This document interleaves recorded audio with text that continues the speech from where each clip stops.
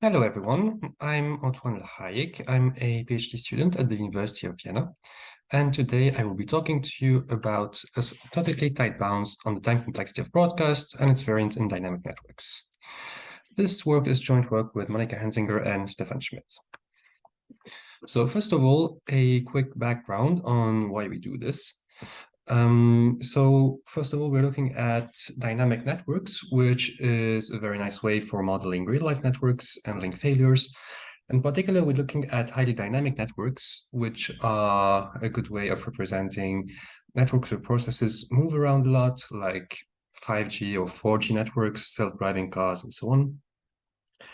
And in dynamic networks, we look at broadcast, which is an information dissemination problem. And in general, information dissemination is important to be understood for distributed network, as many algorithms from distributed network rely on information dissemination and communication in general. And in particular for broadcast, one direct application would be consensus and also leader election. So let's first start by giving the model for information dissemination, our network. So we have communication that happens in synchronous rounds, as you can see here, and we have a network that is highly dynamic. That is, the networks can be completely different from a round to another. It's not just some links that are failing and some others that are appearing. It's rather completely different. And we are looking at the case where each process wants to share its ID with as many other processes as possible.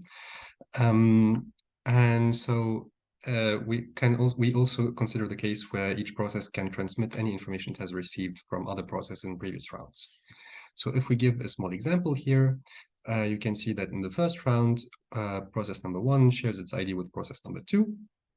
And then process 3 and 4 receive the ID from process number 2. And 5 receives the ID of process number 4. And then from one round to another, no process forgets anything. So we can copy the IDs that each process has received in a previous round, and then do another communication round again. So here, process 3 receives ID 1, 2 receives the ID 3. And here, one interesting thing happens is that although process 5 already knew the ID 4, process number 4 cannot send the ID 2 to process 5, and so process 5 receives the ID of 2, even though it hasn't received directly any information from process number 2. And then we do that again for another round. So we keep what we already knew, and then we communicate again. And here another interesting thing is happening. That is, process number 4 receives the ID of 1 and 3 at the same time from process number 2. Similarly, process number 1 receives the ID 2, 4, and 5 in a single round. This is to show that there is no limit on the message size or the number of IDs one can receive per round. So in that model, our objective is to have as much IDs disseminated as possible, so as much communication possible. And so we want to analyze how long it takes for information to be disseminated. And we'll be looking at the worst case scenario, or in other words, we work in an adversarial model where it will be an adversary that will choose a network in each round. It will have a set A of predefined network it can choose any network from in any round. And then, so we will be talking about different objectives. The main objective will be broadcast, and then we have 2 other variants, and the adversary will try to delay that objective as much as possible. And our goal is to determine how many rounds we need until, or how many rounds the adversary can delay the objective. And so we'll be looking at 3 different problems. The first problem is broadcast on rooted trees. So the adversary will be restricted to rooted trees on end processes. And the objective will be that there is one ID that is received by everyone. That is broadcast. And we will show that this takes linear time at most. Similarly, we introduce a variant for broadcast, which is k-broadcast, and we look at k-rooted networks. So the adversary will have to choose a network which has k different roots, And the objective is that there are k IDs that have been received by everyone each. This again will be linear. And then finally, we will be looking at the cover of size k on k forests. This time, the adversary will have to choose in each round a forest that is the union of k disjoint rooted trees. And then the objective will be that we have k different IDs such that everyone has received at least one of those k's. So we will go in details in each one of them again and give examples if you don't really see what's happening here. But for the general idea, you can think that k broadcast on k rooted networks is basically a generalization of broadcast on rooted trees, where we force the adversary to use more connected networks, and then the objective is more ambitious than only broadcast. On the other hand, cover of size k on k forests, the adversary is allowed to give a sparser network. However, this time the objective is less ambitious and will require less information being disseminated at the very end as an objective. All right, so we will start talking about broadcast on rooted trees. So here we have a small example. So the idea is that we have different rounds. In each round, you can see that the adversary chooses the rooted tree. So 1, 1, and 5 are the roots. So the roots don't have to be the same in each round, but we need to have one root in each round. And then in the end, here you can see that everyone has received the ID 2 after 3 rounds. So we say that 2 has broadcast after 3 rounds. And so the question is, if we have n processes, how long can the adversary delay broadcast? And to do this, we have a main observation, that is, if a root has received an ID before the start of a round, then this ID is received by one new process during this round. So if we look back at this example, what I mean is basically you have to look at what happens at the root. So here the root has received the ID 1, here as well, and here the root has received the ID 5, 4, and 2. And then in the first round, we can see that 2 receives the ID 1 for the first time in that round. In the second round, 3 has received the ID 1 for the first time in that round. And then in the last round, 5 and 4 has been received by 2 for the first time, whereas 2 has been received by process number 1. And so we can generalize this. The way to show this is to look at the root in a round, and then let's assume it has received the ID 4. And then assuming 4 didn't broadcast yet, you know that there is a process P over here that didn't receive the ID number 4. And then you just look at the path from the root to that process. Because the root has received the ID number 4 and that process didn't receive it, you know that this path will go from one node that has received ID 4 to a node that didn't receive it. And so this latter node will now receive the ID 4 for the first time in that round. So what that means is that if we have an ID that has been received by n different roots, this means that there are n new processes that have received it. And in other words, this means that this ID has been received by everyone at that point. And this is the main idea of the proof. We will keep track of the IDs the root have received before each round, and we will show that there is an ID that has been received by n different roots, and this will essentially be the proof. Now, to show that there is an ID that has been received by n different rounds, we create a new graph. So this new graph has n nodes, one for each process, and then one node for each round up to 3n rounds. And then we add an edge from an ID to a round if the root of the round has received the ID. So here you can see the ID of the root of the first round has received ID 1, 1, 3 to 1, and to 1. And this is the edges that we find here again. So we have that the first round received the ID of 1, and an edge from ID 1 to round number 2, and an edge from 1, 2, and 3 to round number 3, and an edge from ID 1 and 2 to round number 4. And then we also add an edge from one round to a round that is larger if the larger round has received the ID of the root of the first one. So this is what I keep here. This is the ID of the root, right? 1, 1, 3, and 2, 1, 1, 3, and 2. And then because 2, 3, and 4 have received the ID of 1, we add an edge from round number 1 to them.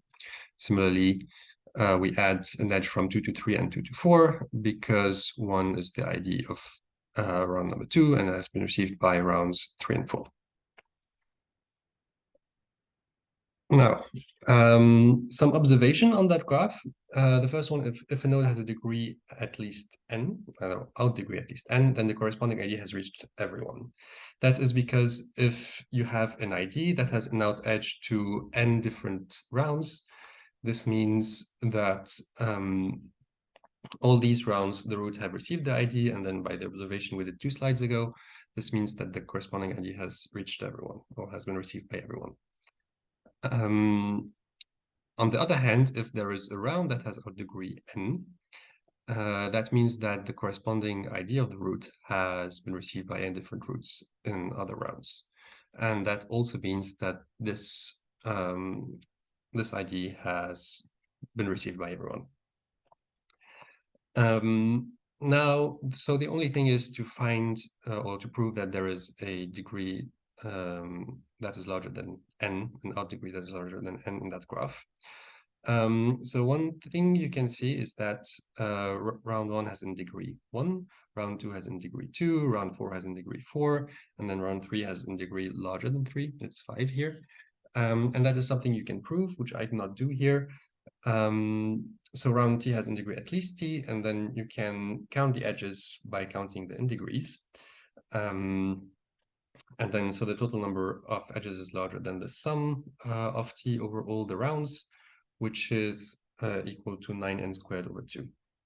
However, if you look carefully, you have 4n nodes total, which means that the average degree is 9 over 8n, which is larger than n. And that means that there is at least one node without degree larger than n. And that node, its corresponding ID, will have broadcast.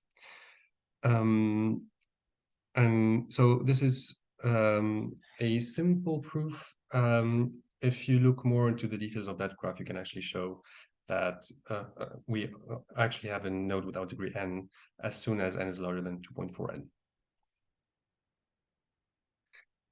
So this is an upper bound for us, which is 2.4n, and then there is a lower bound. So you can imagine just having a chain graph that is a line graph that is the same for all the rounds, and that will take n-1 rounds to broadcast. We can actually find a better lower bound, and that is due to Zeiner, Schwarz, and Schmid, which is roughly 1.5n rounds. So that was it for broadcasts. Let us now talk very quickly about K-broadcast on K-rooted networks. So K-broadcast, this time the adversary has to choose networks which have K-roots in each round. And then the objective is that we have K-IDs that have been each received by everyone. So here we have a small example. You can see that in each round, the adversary has to choose at least 2 roots, so that those are 2 nodes that can reach everyone. And then the objective at the end is reached because 1 and 2 have been received by all the processes after 3 rounds. So we have 2 broadcasts in 3 rounds, and the broadcasters are 1 and 2. I will not go into details of the proofs of why this upper bound is linear, because it's very similar to broadcast. So this is linear as well, and the lower bound as well is very similar to the previous lower bound.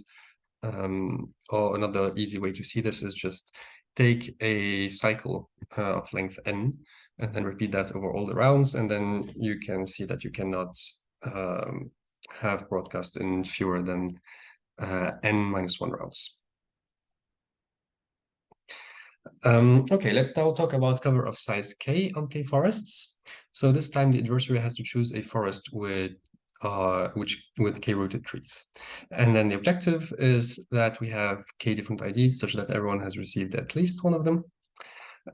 So here I have a small example. In 2 rounds, you can see that the adversary chooses a forest with 2 trees in each round. And then at the very end, everyone has received the ID of either 1 or 2.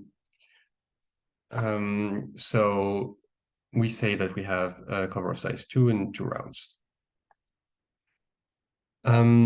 So this time, the way this works is instead of going forward in time and trying to understand what happens when we add a round after previous rounds, this time we start at the very end and then we go backwards in time and trying to understand what happens if we add another round previous to all the current communication rounds. And so you can see here that we start with all the different processes. Each one has received its own ID. So this is nice. And then we go back in time until there is one process such that there are 2 other processes that has received its ID. And so we know that if we take into consideration the rounds from Tn-1 to Tn, then this ID will have reached these 2 processes. And then we go back in time further and further, and then we can find another process that can reach 2 other processes, similarly between rounds Tn-2 and Tn. And then what's interesting is if we go back further, then we find a new process that can send its ID to one other process before round Tn, which is fine. However, it can also send its ID to process Pn-1 before round Tn-1. And so you can imagine that since Pn-1 can send its ID to processes 1 and 3, then Pn-3 can send its ID to Pn-1, and Pn-1, instead of sending its own ID, it can send the ID of Pn-3 to 3 and 1. And then if we look at all the rounds between Tn-3 and Tn, then Pn-3 can reach 4, 3, and 1, and so on and so forth. And this is very interesting because if you look at all the IDs at only time Tn, this is a cover of size n, which is larger than what we want. We want a cover of size k. But then if we go to Tn-1 and replace 1 and 3 by Pn-1, then this is a cover of size n-1. And then at n-2, if we replace 5 and 2 by Pn-2, this is cover of size n-2. And then if we remove Pn-1 and add Pn-3, then this is cover of size n-3, and so on and so forth. And so this is the main idea. We start with the cover of size n, that is all the different IDs, and then we go back in time and we find smaller and smaller covers. And then, so we keep track of these different times, and then we define Ti to be the time where we are down to a cover of size I. And then the difference between 2 consecutive times is going to be delta I. And you can see that if we sum all the delta i's from I is equal to k up to n, this will be the times where we are down from a cover of size n to a cover of size k, which is exactly what we want. So we will try to find a bound on the sum of the delta i's. And actually, what we will be able to find is some bounds on the delta i's first. And then this will translate into a bound on the sum of the delta i's. So I will not go into detail on how we found the bounds on the delta i's, but I will show you the very neat structure the delta i's have. So this is the bound the delta i's follow. This is a bit hard to parse. What you might want to know is that this term over here is essentially the weights of the edges over here. And then we have a pretty neat representation of what such a constraint means. So if you look at a particular node, like this one, and then you look at all its in edges, then this constraint here means that if you multiply the, delta 5 plus k times 1, and then add delta 4 plus k times 2, and then add delta 3 plus k times 3, then this is going to be smaller than n. And this is true for every node. So if you look at every node and then you look at their in edges and you multiply each weight of an in edge by its tail and add everything together, then if you sum that, it must be smaller than n. Now this is very neat, however, it's not very useful as is.